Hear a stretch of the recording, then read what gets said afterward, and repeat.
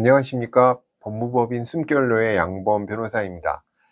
오늘 살펴보고자 하는 주제는요, 국내 사업장에서 근무하다가 해외 사업장으로 파견되어 근무하는 근로자가 업무상 재해를 당했을 때 산업재해보상보험법 산재보험의 적용을 받는지 여부를 살펴보고자 합니다.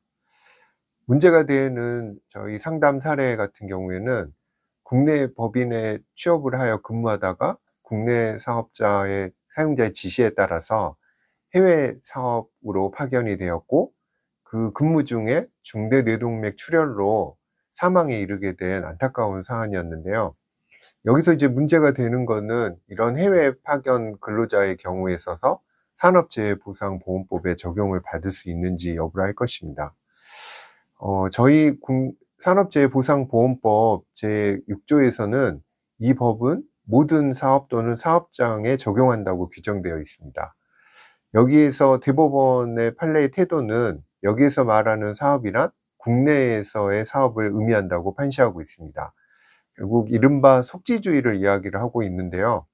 결국 이에 따르면 해외 파견 사업이나 해외 사업의 경우에 있어서는 원칙적으로는 이 법의 적용을 받지 않는다는 의미입니다. 다만 산업재해보상보험법 제122조 제1항에서 예외적인 규정을 두고 있습니다. 한번 살펴볼까요?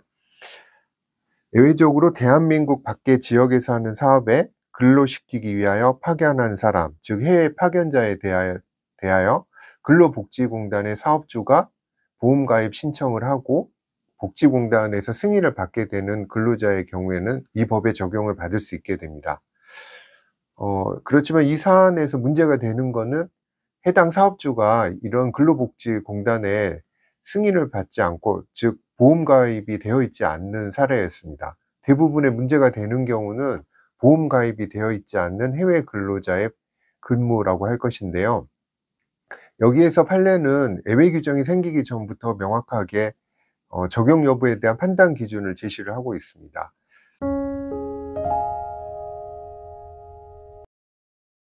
우선 이 대법원 판례를 한번 살펴볼까요? 대법원은 국내에서 행하여지는 사업의 사업주와의 사이에 산업재해보상보험관계가 성립한 근로자가 국외에 파견되어 근무하게 된 경우에 그 근무의 실태를 종합적으로 검토하여 보았을 때 단순히 근로의 장소가 국외에 있는 것일 뿐 실질적으로는 국내 사업에 소속하여 당해 사업의 사용자의 지위에 따라 근무하는 것이라면, 이러한 경우에는 국내 사업의 사업주와의 사이에 성립한 산업재해보상보험 관계가 여전히 유지된다고 보아야 한다. 따라서 이 법의 적용을 받게 된다. 이렇게 판시하였습니다. 결국 판례는 해외 사업장이 국내 사업의 연장이라고 볼 수 있는지 여부, 또는 그 사업의 실질을 살펴보아서 국내 사업자의 그 사용주와의 구체적인 업무 지시 관계를 받고 있는지 여부에 따라서 그 판단 기준을 제시하고 있다고 설명할 수 있을 것 같습니다. 또 일부 하급심 판례에서는 이렇게 산재보험보상법에 적용을 받는 사람을 해외 출장자로, 또 이런 법에 적용을 받지 않는 자를 보험가입에 되어 있지 않는 이상은 이런 판례 기준에 따르더라도 적용을 받지 않는 자를 해외 파견자로 이원하여서 구별을 하고 있습니다. 다시 말해서 출장인 경우에는 법의 적용을 받을 수 있고 파견인 경우에는 법의 적용을 받지 않는다는 것이죠.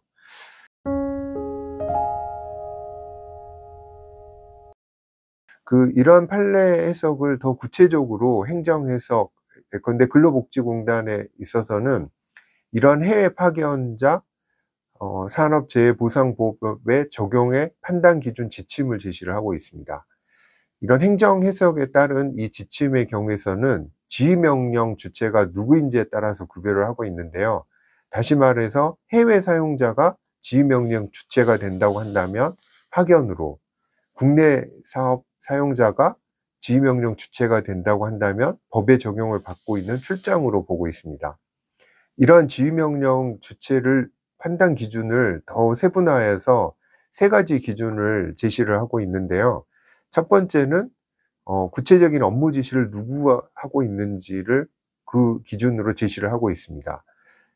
구체적인 그 업무 지시의 방법이 문서나 전화 또 이메일, 카톡 등 그 방법을 불문으로 하고 구체적인 업무 지시를 해외 사용자가 하였는지 국내 사용자가 하였는지에 따라서 해당 기준을 이제 밝히고 있습니다. 다음으로 두 번째로 기준을 밝히고 있는 거는 취업 규칙인데요. 취업 규칙의 적용과 결정을 누가 하고 있는지, 즉 취업 규칙의 적용을 해외 사용자가 하고 있는지 국내 사용자가 하고 있는지에 따라서 또 구별을 하고 있습니다. 마지막으로 이 행정해석의 지침으로 제시를 하고 있는 거는 이런 인사관리를 마지막으로 기준으로 제시를 하고 있는데요. 인사관리라고 한다면 해당 부서에서 승진이나 이런 인사이동뿐만 아니라 부서 배치, 전환 등의 여러 가지 폭넓은 인사관리를 해외 사용자가 직접적으로 하고 있는 것인지 아니면 국내 사용자가 하고 있는지 이러한 기준에 따라서 그 적용 여부를 결정을 하고 있습니다.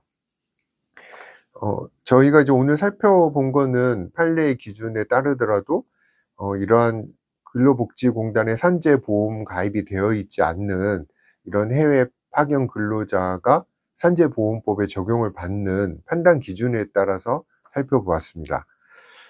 문제가 되고 있는 경우는 대부분의 이 산재보험법의 적용을 판단을 따지는 기준에 있어서는 해당 상병 신청인 제외와 그리고 업무 사이에 상당 인과관계가 있는지 여부를 중점적으로 다투는데요.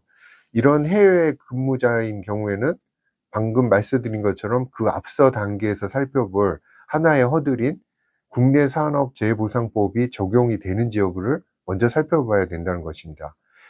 많은 사례에 있어서 이런 산재보상보험 여러 가지 유족급여나 장례비 여타의 어떤 신청을 하는 데 있어서 이런 해외 근로자인 경우에 산재보험보상법의 적용 여부의 판단 기준을 누락을 하고 업무상 재해와 상당 인과관계만 따지다 예측하지 못하게 국내에 보험법에 적용되지 않는다는 결정을 받고 뒤늦게 이렇게 많은 문제가 생기는 경우를 왕왕 접해봅니다.